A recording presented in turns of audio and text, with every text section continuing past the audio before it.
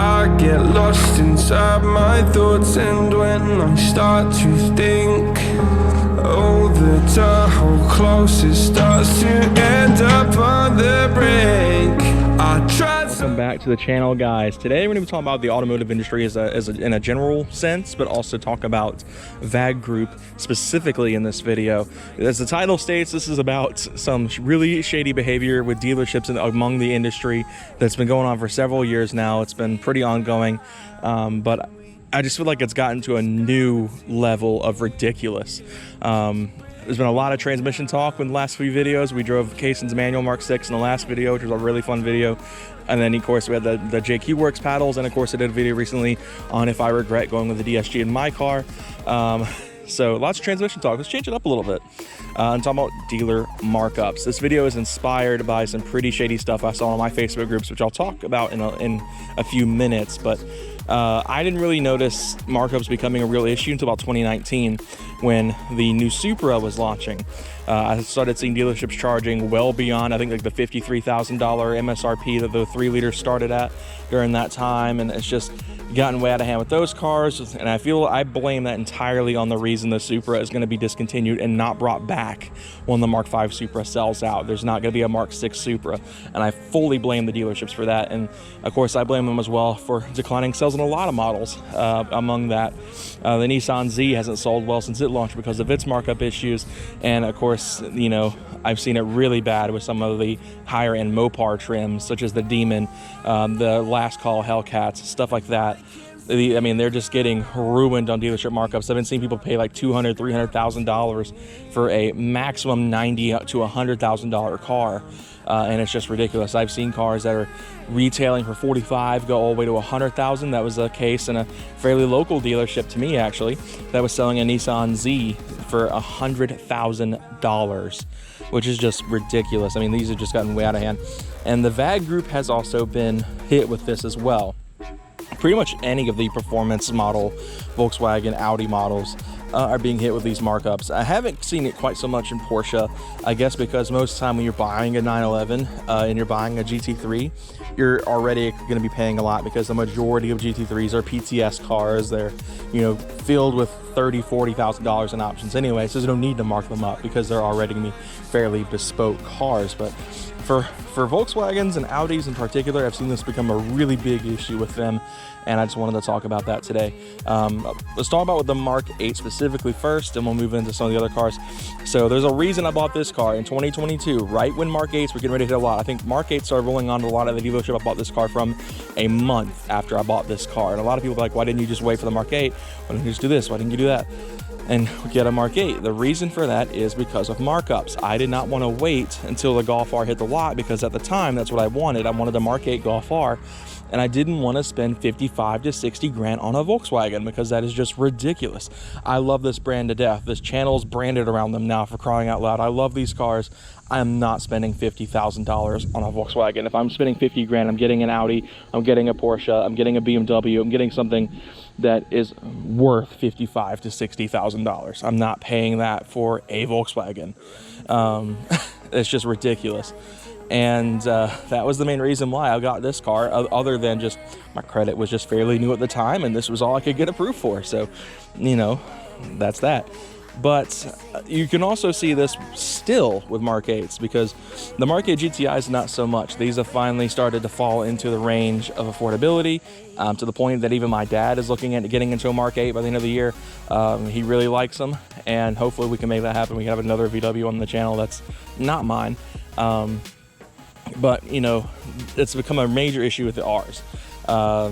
As well as some of the other stuff from Audi as well. Like the S3, the 8Y S3 seemed to be like the only MQB car that avoided severe markups. Most of the 8Y S3s I saw online for sale around the time that they first dropped, they were the more affordable of the bunch. For a while, they were still cheaper than Golf Rs, and I think even now, if you go on like Car Gurus or Auto Trader or stuff like that, or Auto Tempest, whatever site you use, the S3 will still tend to be cheaper than getting a Golf R, which is just interesting to me. The RS3 has always struggled with this, and even still, 8Vs are still being overpriced for what they should be retailing for. The fact that you can buy an 8Y brand new, if you can get it from MSRP, for less money than a lot of these 8V or 8V and a half cars are selling for is kind of staggering. But of course, the 8Y is also not immune from markups. I've been seeing some of these sell for mid 70s, low 80s, and I just think that's also ridiculous. It's a $55,000, $56,000 car, whatever Audi has them MSRPing at. Why would you spend that much on one? But this video is inspired by one instance in particular that I saw, and I am a part of a local Atlanta GTIR GLI group, and someone went to a fairly local dealership to me. I'm talking, this dealership is 20 minutes away from my house.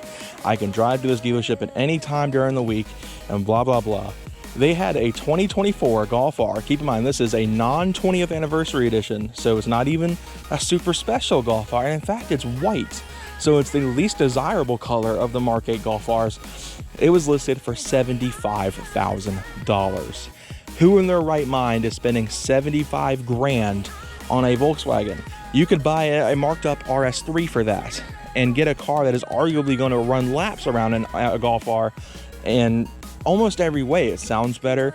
It's got the same all-wheel drive system, so it can still do drift mode just like the Golf R can. The only difference is the Golf R comes in manual and of course has less cylinders. But this Golf R in particular was a DSG car, so it wasn't even like, oh, the manual's getting discontinued, we're going to mark up a manual of 75 grand because this is the last model year the manual will be offered. No, it was a DSG car. It was a 7-speed DSG white Mark 8R. To me, the least desirable, like, enthusiasty hardcore spec of this car. Most enthusiasts are going to go for the blue or the black, as they're kind of more well-known Golf R colors. And of course, the manual is probably going to be selling like hotcakes this year because it's the last model year the manual will be offered. So why in anyone's right mind of any car dealership, a market assessment of nearly $20,000, if not nearly 30 at that point, is just ridiculous. It makes no sense to me. I just don't understand it. I've never understood why dealers will do this, and especially on cars like Volkswagens, which is not a brand that is known for high prices. You don't go look at Volkswagens and expect to see a car at 75 grand. Even Arteons and Phaetons back in the day were never that expensive. If you're paying that much, you might as well be getting a used Bentley Continental at that point, or a Flying Spur, not a Volkswagen.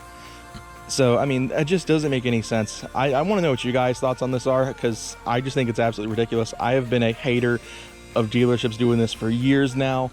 And, you know, even unfortunately, some dealerships close to home, such as this one that had this car for 75 grand, and, you know, some other Volkswagen dealerships around here have been selling these cars for 55, 60 grand, and it's just ridiculous. I mean, the Mark 8 has been around for 3 years at this point now.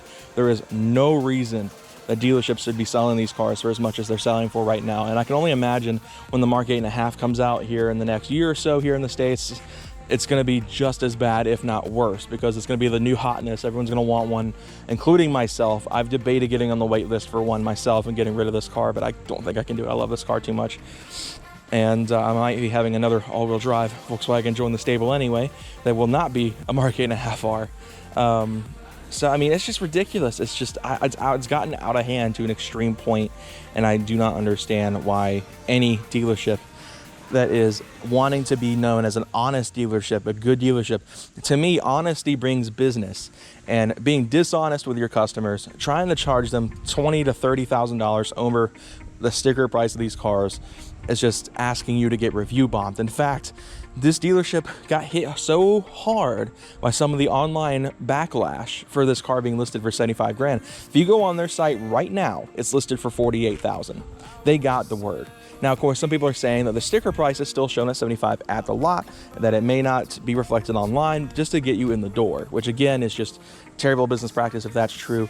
I'm not going to go out of my way to drive 20 minutes and get harassed by salesmen that are working for a dishonest dealership just to be told, hey, this car is nearly $80,000 because we just want you to pay that much for our Volkswagen. Again, that badge right there does not 4 rings. It's not a Cresta Stuttgart. That is a VW. This is not a $80,000 car. So Anyway, guys, I think I've ranted on long enough. This video wasn't meant to be super long. It was meant to just be something for you guys to watch, something that I just felt really passionate about and wanted to talk about with you guys. More normal videos will be resuming soon. Like I said, this car is going to get paint corrected hopefully this weekend. I haven't heard back from my dad on that because that was kind of a birthday gift for me. My parents wanted me to get this car paint corrected, so they're taking it to get a very light paint correction. Now, it's not going to be like a full cut and polish work. It's going to be like clay bar and all that kind of stuff, really aggressive detailing to get this thing cleaned out and hopefully looking really, really good for Volkstoberfest at Cafe Nazi here in a couple months. And hopefully by then there'll be another car either there or here to go along with this car, and there'll be both cars at Volkstoberfest. We'll see though. Money definitely is a big factor in that, so we'll see how that works here in the next couple of weeks, 2 months.